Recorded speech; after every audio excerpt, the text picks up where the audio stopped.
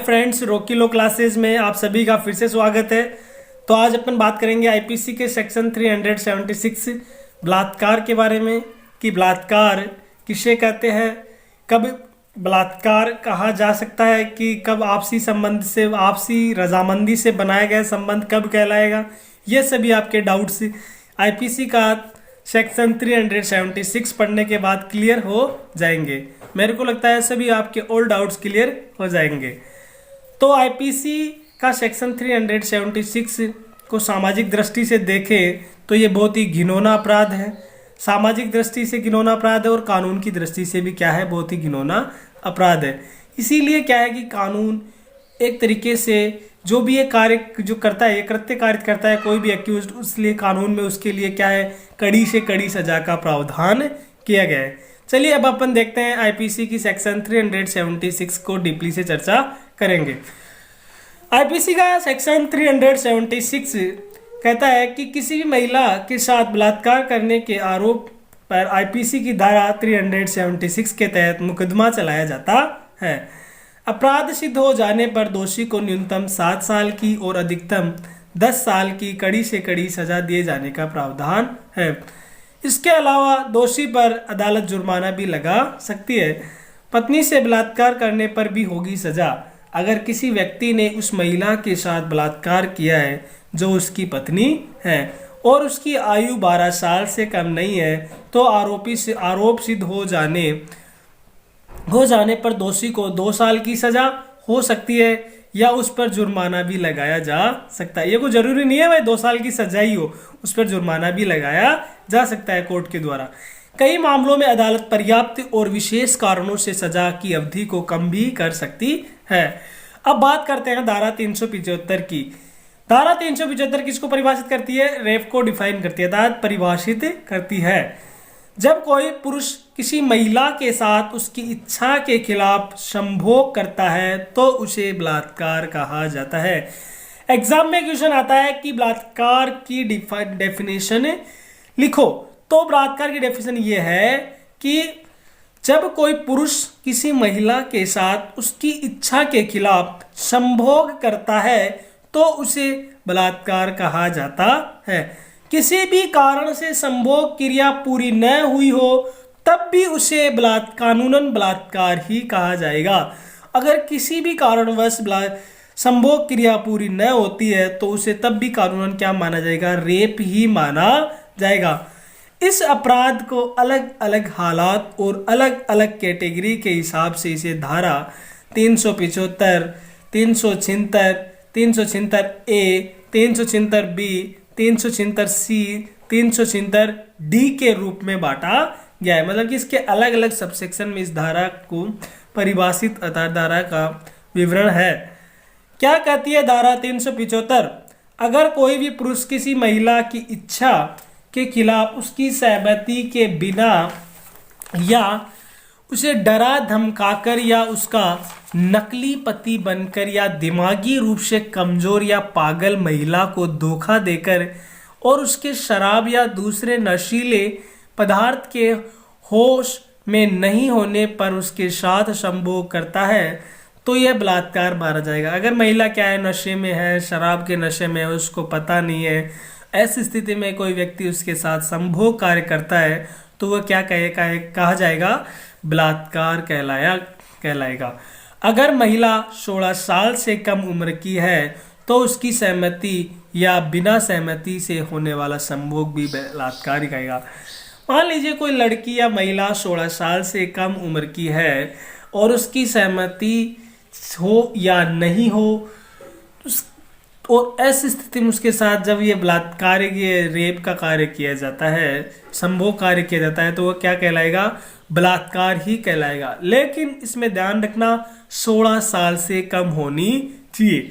अगर 16 साल से ऊपर होती है और उसकी सहमति होती है अर्थात उसकी आपसी रजामंदी होती है और ऐसी स्थिति में वह उसका संभोग कार्य करते हैं और वह उसके ऊपर वापस से रिटर्न में क्या करती है? केस फाइल करती है, तो ऐसी स्थिति में क्या होगा? वो बलात्कार नहीं माना जाएगा।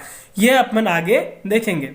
चलिए देखते हैं आगे कि 15 साल से कम उम्र की पत्नी। इसमें एक चीज और ध्यान रखना कि यही नहीं, अगर कोई पुरुष अपनी 15 साल से कम उम्र की पत्नी के साथ संभोग करता है वह भी बलात्कार ही है। इन सब कंडीशन में आरोपी को सजा हो सकती है।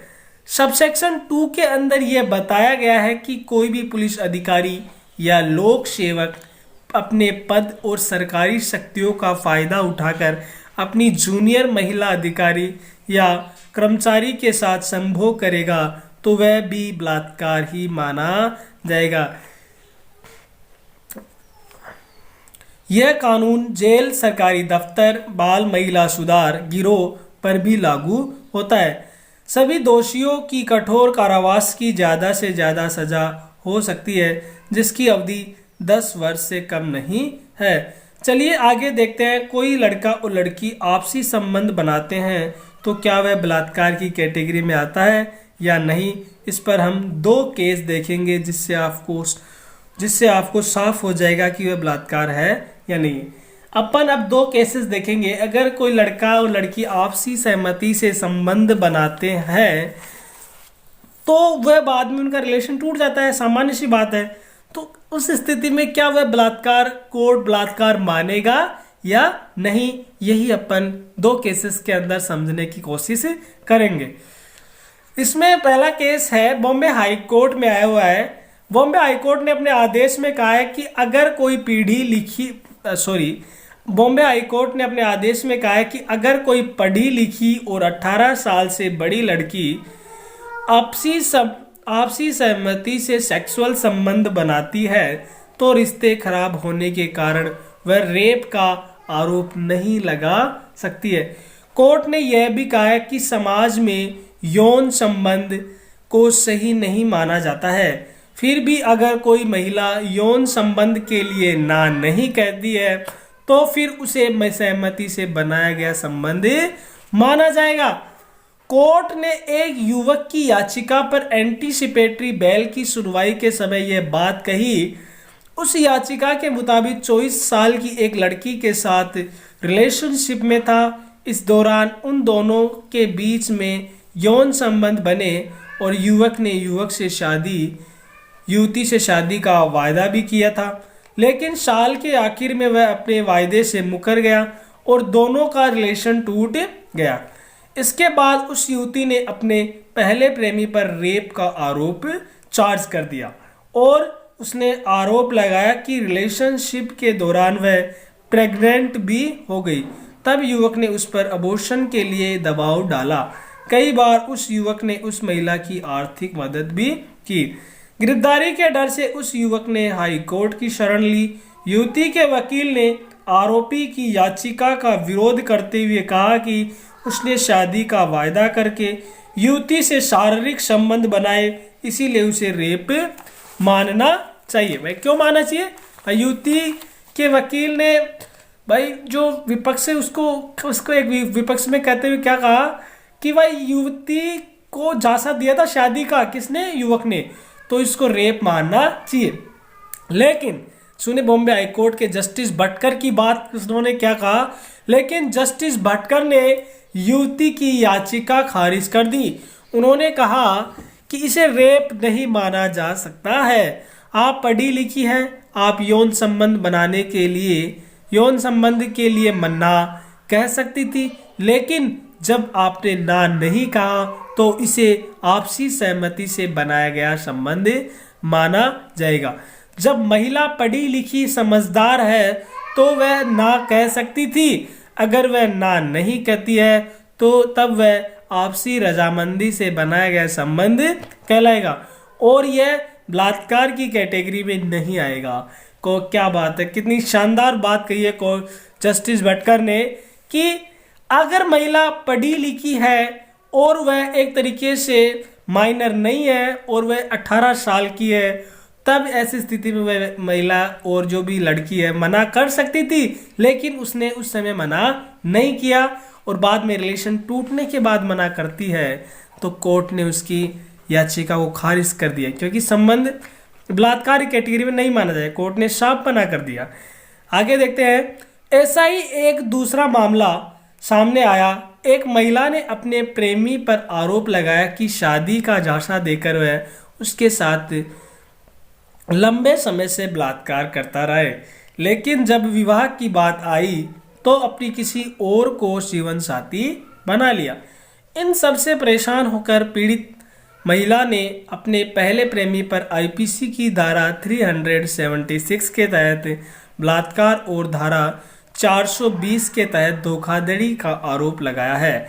लेकिन जब यह मामला बॉम्बे हाईकोर्ट पहुंचा तो न्यायाधीश ने उस आरोपी पुरुष को जमानत दे दी कि धारा 420 संपत्ति, कागजात और पैसों से संबंधित धोखाधड़ी से है और किसी महिला का कुंवारापन उसकी संपत्ति नहीं कही जा सकती। क्या बात कही है कोर्ट ने कि किसी महिला का कुंवारापन उसकी संपत्ति नहीं कही जा सकती। हालांकि दूसरे हाईकोर्ट ने महिला के कुंवारेपन का उसकी संपत्ति का दर्जा दिया था, लेकिन बॉम्बे हाईकोर्ट ने इस बात से सहमत नहीं है। बॉम्बे हाईकोर्ट इस बात से सहमत नहीं है। वही दूसरी ओर आरोपी पुरुष पर बलात्कार की धारा वापस ले ली गई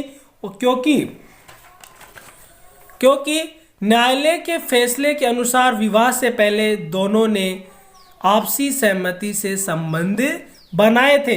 इसीलिए अगर विवाह नहीं भी हुआ तो इसके लिए पुरुष किसी भी रूप में पुरुष अकेला दोषी नहीं कहा जा सकता है, क्योंकि महिला को इस बात की जानकारी थी कि वह अविवाहित है और भारतीय समाज में विवाह से पहले संबंध बनाना एक अनैतिक है। क्या है? अनैतिक है। इसके बावजूद उस महिला ने शारीरिक संबंध बनाए तो ये आपसी सहमति से बनाए गए संबंध कहे जाएंगे। इसी आधार पर महिला बलात्कार केस फाइल नहीं कर सकती है।